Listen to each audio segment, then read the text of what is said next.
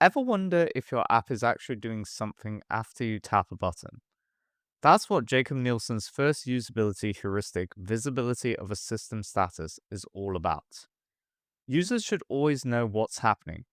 Take this for example. When you're offline, the app tells you. If something is pending, you know it's waiting to sync. And once you're online, you know everything has gone through successfully. That constant feedback removes uncertainty. Whether it's a loading spinner, a progression bar, or a simple status message, users shouldn't have to guess if their actions worked.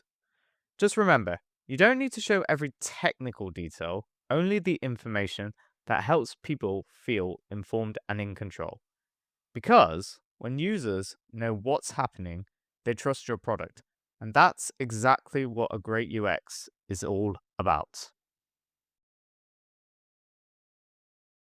Jakob Nielsen's second usability heuristic is match between the system and the real world. That sounds complicated, right?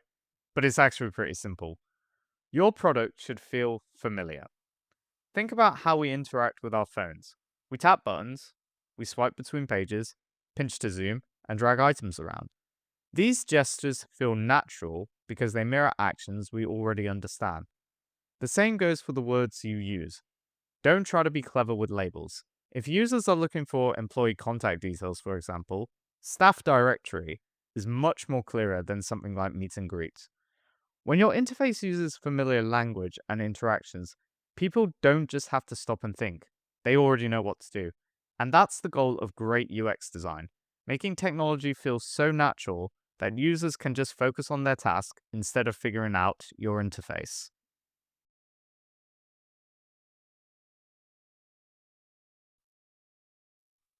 Have you ever made a mistake and instantly pressed Ctrl Z? That's exactly what Jakob Nielsen's third usability heuristic, user control and freedom, is about. Users make mistakes. It's normal. So good products should give people an easy way to undo actions and get back to where they were. Think about designing in Figma or editing a document. You can try something, make changes, and if it doesn't work, simply undo it. The freedom encourages people to explore without being afraid of breaking something. The same applies to websites and apps. Users need clear ways to cancel actions, go back, or exit a process if they change their mind. Without these options, people feel trapped and become less confident using the product. Great UX isn't about stopping users from making mistakes, it's about giving them the control to recover when they do. Because when people know they can just go back, they feel more comfortable exploring, and that's what creates a better user experience. Why does one circle feel different from the others?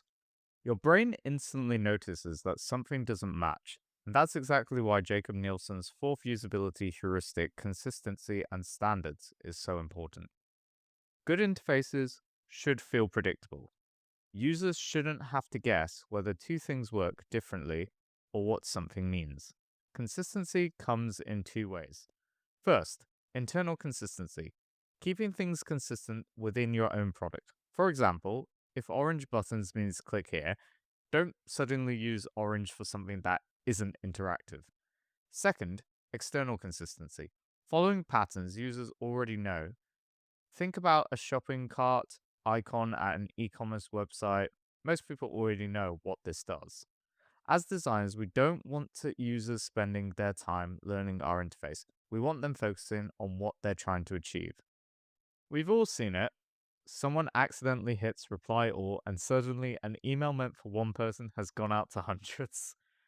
That isn't just user error, it's a design problem. Jakob Nielsen's fifth usability heuristic is error prevention.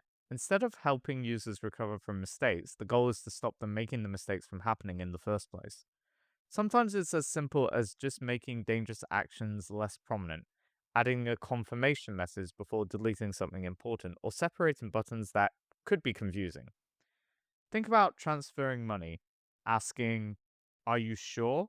might be an extra click, but it could save someone from making a very expensive mistake.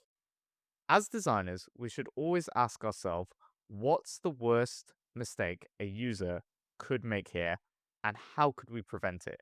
Because great UX isn't just about making things easy to use, it's about making it hard to make costly mistakes. Imagine opening an app and seeing a list of options. Instead of asking you to remember the exact action you need, the interface simply shows you the choices available, and you recognize the one you need. That's what Jakob Nielsen's sixth usability heuristic is: recognition rather than recall. It's all about good design, reducing the amount of time users have to remember things. Think about menu icons and search suggestions. They give users clues and options so they don't have to rely on memory alone. For example, it's much easier to find a setting by scanning a list and recognizing the right option rather than remembering the exact name and typing it from scratch. The more support we give users through clear labels and familiar patterns, the less mental effort they need. Because great UX isn't about making people remember more, it's about helping them find what they need effortlessly. Did you know that there can be more than one way to complete the same task? That's exactly what Jakob Nielsen's seventh usability heuristic, flexibility and efficiency of use, is all about. Good products should adapt to different types of users. For beginners, a clear button or menu option that helps them to understand what to do. But for experienced users, shortcuts and accelerators allow them to complete a task so much faster. Think about navigating a website. One person might use the menu to find a page, while another might use the search because they already know exactly what it is that they're looking for. Both users, they reach the same goal, just through different paths. The key is balance. Don't overwhelm new users with every shortcut on day one, but make sure experienced users have faster ways to complete repetitive tasks, because great UX grows with the user, becoming more efficient the more they use it. Ever opened a website and thought, where am I supposed to look? That's exactly what Jakob Nielsen's eighth usability heuristic, aesthetic and minimalist design, helps prevent. The goal isn't to make your interface plain or boring. It's to make sure that everything on your screen has a purpose. Every extra button, image, or block of text competes for your user's attention. The more clutter you add, the harder it becomes to find what's actually important. As designers, we should be asking ourselves, does this help the user achieve the goal? If the answer is no, it probably doesn't belong there. A good interface doesn't distract, it guides. Because great UX isn't about adding more, it's about removing everything that gets in the way of distracting the user.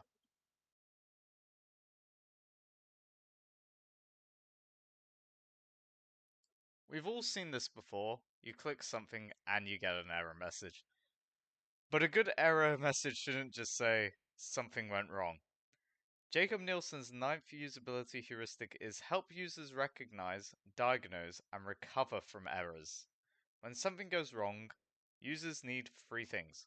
First, clearly explain that an error has happened.